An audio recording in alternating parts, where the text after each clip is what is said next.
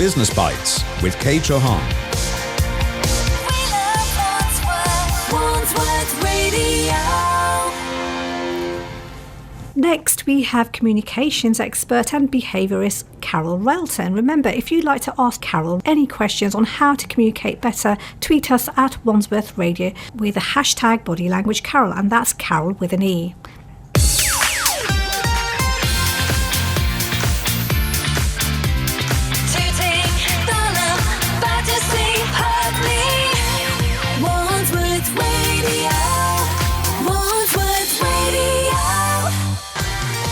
Business Bites with Kay Chauhan. Wandsworth Radio. So we're back again. I've got Carole Railton here. She's a communications expert and behaviourist and runs her own communications consultancy, Life After Branding. Carole has worked in over 47 different countries advising multinationals on how to get the best from their workforce. She also works with businesses and individuals on how to maximise their potential both socially and in the world of business by identifying personality types, use of body posture and gender differences for targeted and effective communications. Hello, Carole, and welcome to Business Bites. So thank you for joining me live at Wandsworth Radio. It's a pleasure. I'm really pleased to be here. That's great. Now, I've been going through your book, The Future of Body Language, How to Communicate Effectively in Business Through Multimedia. What I want to get straight, first of all, is what's the difference between being a communications expert and a behaviourist? Behaviourist is a term that I often come across. I guess that communications experts change and worry about what communication is taking place. And behaviourists are looking at how that behaviour's come about and what differences they want in the behaviour. And I think probably at this stage it's important to mention what behaviour is. It takes many forms. We talk about it, only when someone's behaving badly we seem to talk about it as a society. But even brands behave. What we're looking at with a brand is how that behaves in the marketplace. What do you want your customers to do to interact with that brand? So everything actually has a brand in a company as far as I'm concerned. So in the book, you make use of how people from the different generations, the boomer generation, the baby boomer generation, yes, the Generation X, Y, and now the millennials, I suppose, how they should kind of gear their communications around their strengths, and obviously the things they don't know about. This book would be very helpful for them. That's right. I myself have to admit that I'm in the baby boomer category, which is quite hard because most of my clients are in the Generation X or Generation Y category. Baby boomers excellent at face-to-face communication because that's how they were brought up. They didn't have the internet. Phones were just on their way. So they're very, very good at recognising body language signals. Then you've got Generation X, who are excellent at writing. They're the guys that use the telephone all the time and text in their pockets without having to take the phone out. So then you get Generation Y, those born virtually, in my opinion, attached to a handheld computer and know everything about the world themselves, where they're going, just from tapping a few keys on their hand. And they are becoming more confident with video. They turn their caps around the other way and make podcasts here and there. So they're getting to be good at body language, well, at least portraying themselves. I think they could handle a few more lessons on what is actually being said with their body language, especially when their movements are not congruent with what they're saying.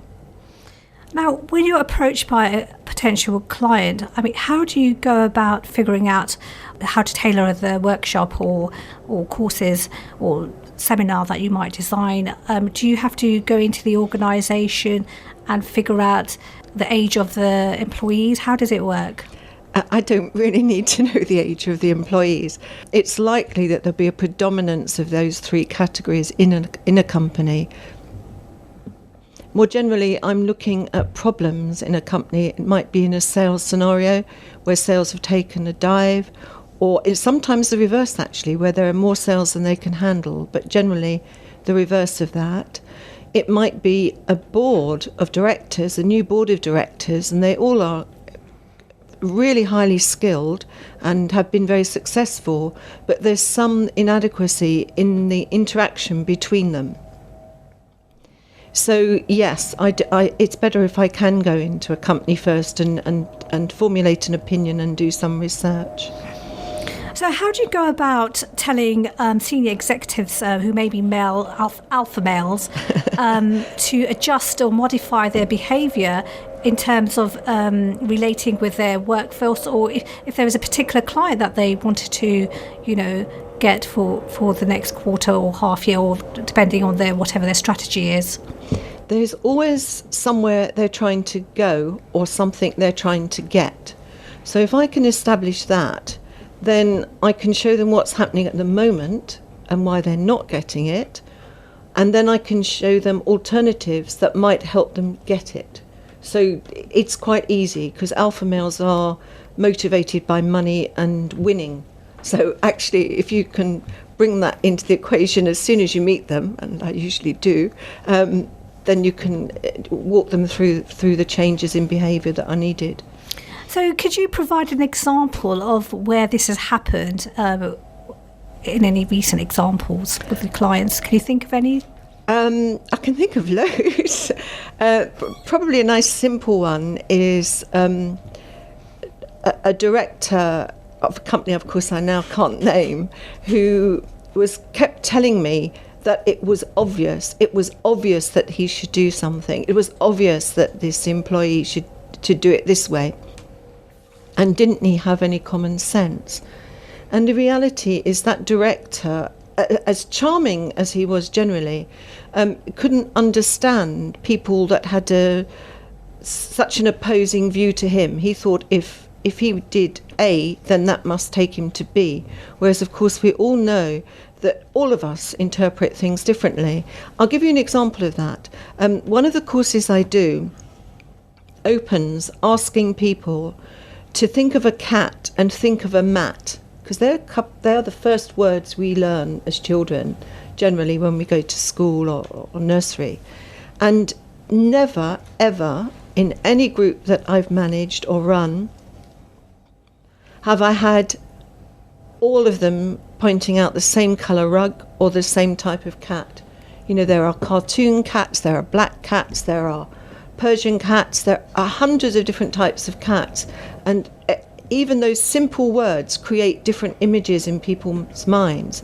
And if you take that as a starting point, when you're in a more complex situation, a work scenario, the interpretations are going to be wildly different, and that needs a behaviour to bring everybody in line, or to actually let everybody's viewpoint be incorporated depending on the situation.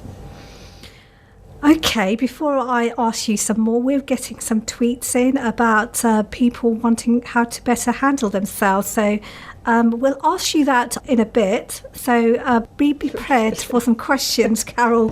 Okay. So again, going back to your book, The Future of Body Language, you talk about how people can communicate better when using the different types of social media platforms. What I'm really fascinated about in the first chapter is that you go into detail about personality types, how to position your face or your body. Can you tell us a bit more about that? Yes, surely. The thing about multimedia is that we get judged instantly now. Before, everybody used to say, you've always got a second chance. I don't believe that to be true anymore. How you come across in multimedia is how you're measured and how you're believed to be. So you have to get it right first time, hence the book.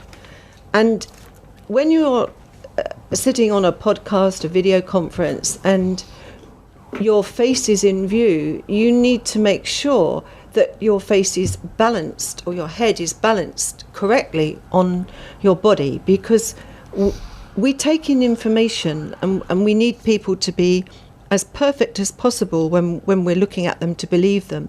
It's far easier to believe someone who has an erect back, a head that's straight, and not leaning off to one side, which of course a lot of us do now from holding our mobile phones for so long. It's more believable, this is a science, to believe someone who is erect, straight and perfectly formed than it is to believe someone who is slouched, leaning to one side, or crumpled in their stance. So whatever your subject, it's important that you take this on board, that you get your head balanced properly. And you can look in a mirror and you will be surprised, I'm sure, to see that your head isn't in the centre of your spine and things like that. And try to adjust it on a daily basis until you come back to that position. And if you're not interesting in the first couple of seconds, people will switch off. That's with their ears, with their eyes. They'll go on to something else when they're using the internet. So you have to be both attractive, believable and interesting.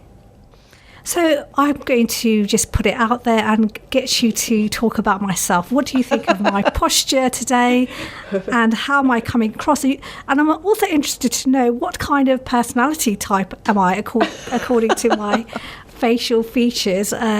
Would you be able to do a quick assessment? Okay. Live on air. Live on air, interesting. I did a live assessment of the chairman of BT actually when I was on stage giving a talk there. It was quite funny. Right, the thing to think about is one of the things to think about if you're going on air, radio or video, is that both your feet are on the ground. We've all seen people on stage who walk up and down the stage or hop from one foot to another, and that's something that creates disbelief. I don't know if you can imagine it. If you lift your own foot, listeners and Kate, off the floor now and talk, your voice will change and your credibility is diminished. Okay. So it's really important that you do that you keep both feet on the ground. We've said that you need to be square and straight. So both your cheeks of your bottom should be balanced equally on the chair, and your shoulders should be as far back as you can get them without you looking like a bouncer. I mean, we all know what bouncers look like. They have chests that protrude. And that's an interesting point, actually, because we already subconsciously take on information about the body and its structure and the pose of the person when we see them, whether we understand that we're doing that or not. Because if you meet someone who's got a curved back and a concave chest, you know that they're a victim or they're a tramp or something like that.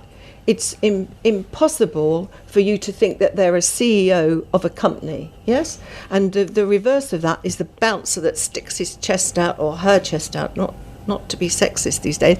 And we want something in the middle so that we look balanced and professional. So you can tell I'm making an effort for you. I can.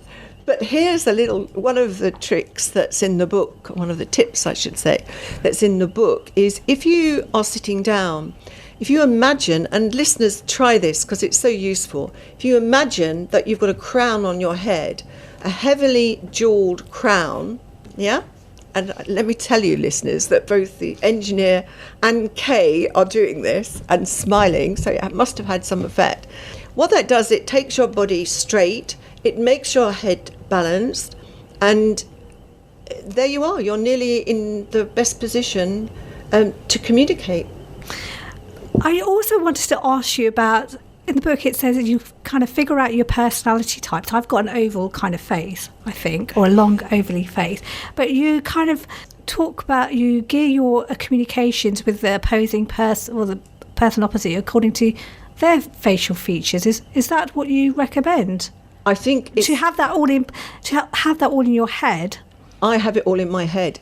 I think, and we have to learn all that when we go about our business.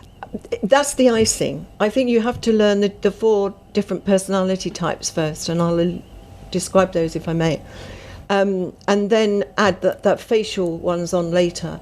So quickly then, the first 4 personality types are amiable. That's somebody who is amiable. They always say yes. And in a selling situation, that's really difficult, because they'll say yes to the first salesperson, the second salesperson, and the third salesperson. You're likely to find them in medicine, doctors, sort of, I call them Humpty Dumpty personalities, because it's about putting people back together. It's about keeping the status quo. Then you have extroverts who are the complete opposite. They speak much faster, they move much more quickly, they don't care so much about other people, they like excitement. An ideal profession for them is actually insurance selling, because life and death is how they live their lives. Then you have a pragmatist, and they're easy to recognise as well. They always talk about bottom line, they have square faces, and they're generally very smartly dressed, and they know what they want before you arrive to see them. They know that in a selling situation, actually, they're quite interesting, because you think you've done the deal, you've shaken their hands, and then just when you get to the door, they say, oh, by the way, I want £10 or 10% discount. Oh, that's definitely me. So I think you're not an oval face. I think you're a pragmatist. I must lose those pounds, I think. And then the fourth one is analytical. You see these sort of people generally in IT, at universities doing research, that sort of thing. And their whole demeanour is about finding out information, asking questions, asking more questions, looking for validation. They just love information. That's great. Really interesting to find out about my square face. Anyway, we'll be asking you a couple of questions from our Twitter followers after this. Business Bites with Kay Chauhan. We love Wandsworth. Wandsworth Radio. Wandsworth Radio. So I'm back here with Carole Railton. She's the communications expert and behaviourist. We're just looking through our Twitter feed, and we've got a question, and it's asking, Carole, how do you draw the line between being confident and being overly cocky? That's an interesting question. Someone who's trying to be confident, I imagine this person is trying to be confident and worried about being cocky. It indicates to me that they're probably shy or struggling with their confidence, the way the question's phrased. So I'm going to assume that. And the most important thing in anybody's life is to be authentic. It's all right learning all the skills of body language, communication skills, verbal, etc. But you have to take it from the base of who you are. So what is it that turns you on? What is it you do in life? What is it you want to do? It comes from that base, and then you can add the body language skills on top of that, or the behaviours. So things to watch out for if you're coming forward with more confidence is, first of all, to come from your heart, not to come from your head. You know, what is it you really want to get out into the world? And secondly, you have to really like yourself. I'd even say love yourself. Once you love yourself, then things become a lot easier, because then you don't worry about what other people think. And that's really important, especially for teenagers these days. So given that, I don't know the audience this person is wanting to be confident in front of. If it's just one person, then they need to be looking at the other person's behaviours. Are they putting their hand over their mouth, or this is the person who's written in, are they putting their hand over their mouth, which would indicate they're not totally believing what they're saying? You know, the easiest way to look at these skills is to actually look at children. Children display body language skills really easily. If they tell a lie, they put their hand over their mouths. As we get older, we learn not to do that, and we learn to lie. We even learn to look people in the eye and lie. And if your hand might just move up, or your your skin on the back of your neck might change, which would move your head a minuscule amount, and only someone who's really been studying body language would notice that. So they're the things to watch out that you're not doing, that you're not. What I suppose it's better to talk about the positive, really. That you should be telling the truth, that you should be authentic, and you should like yourself. You should have both feet on the floor. You should take a breath before you speak, and speak on the out breath. In fact, that's what happens when you're in love. That's how the breath goes. You talk about being in love like that. So it's just an exaggerated form of that, which becomes natural as you go along. You can only be interpreted as cocky if you're not coming from the truth, from your centre. Things to look for with the people that you're talking to or the person you're talking to are obviously closed body language. Have they got their arms and their legs crossed? Have they got their head pushed back, which indicates, in some instances, disinterest? Are they tapping their foot, which would indicate they're already fed up and want you to hurry up? And watch where their feet are pointing, because if they're pointing towards the door, it means they want to get away. So that brings me to the question, what about this whole mantra about, faking it till you make it? It's the most common question that I get. I thought I have actually registered. I've been authentic. I've registered the name for the book, actually, at the British Library, Fake It Till You Make It. I think what that means really is that you have to push yourself forward. No one is the best speaker the first time they go on stage, but they have to speak. So you have to go forward and you have to speak. No one is the best radio interviewer, okay? Until they give it a go and keep going and learn from their mistakes. Look, Richard Branson, who's acknowledged in the UK as a fantastic businessman, has had lots of failures with his businesses, and he still goes forward. It is about trying and picking yourself up when you fall over. It's not really about faking. It's about going forward before you have all the skills and all the experience. So we've only got a few minutes left now, but I just wanted to ask you a question that business owners might be interested in finding out about. When they are trying to establish whether to do business with another business owner, whether to go forward, what do you have to do to build trust? Is this something that you can assess quite quickly, for example, in a business networking environment? If you're talking internationally, there's different cultural rules for each country, really, each continent, and behaviours that need to be followed. So I'm going to assume that that's taken care of. And trust is something that I think is rising to the top of business now, because people who don't get it right in their organisations, you'll find that there's tweets about them. You build trust from day one. Unfortunately, we have to wind it up now. So if you want to find out more information, Carole Railton and her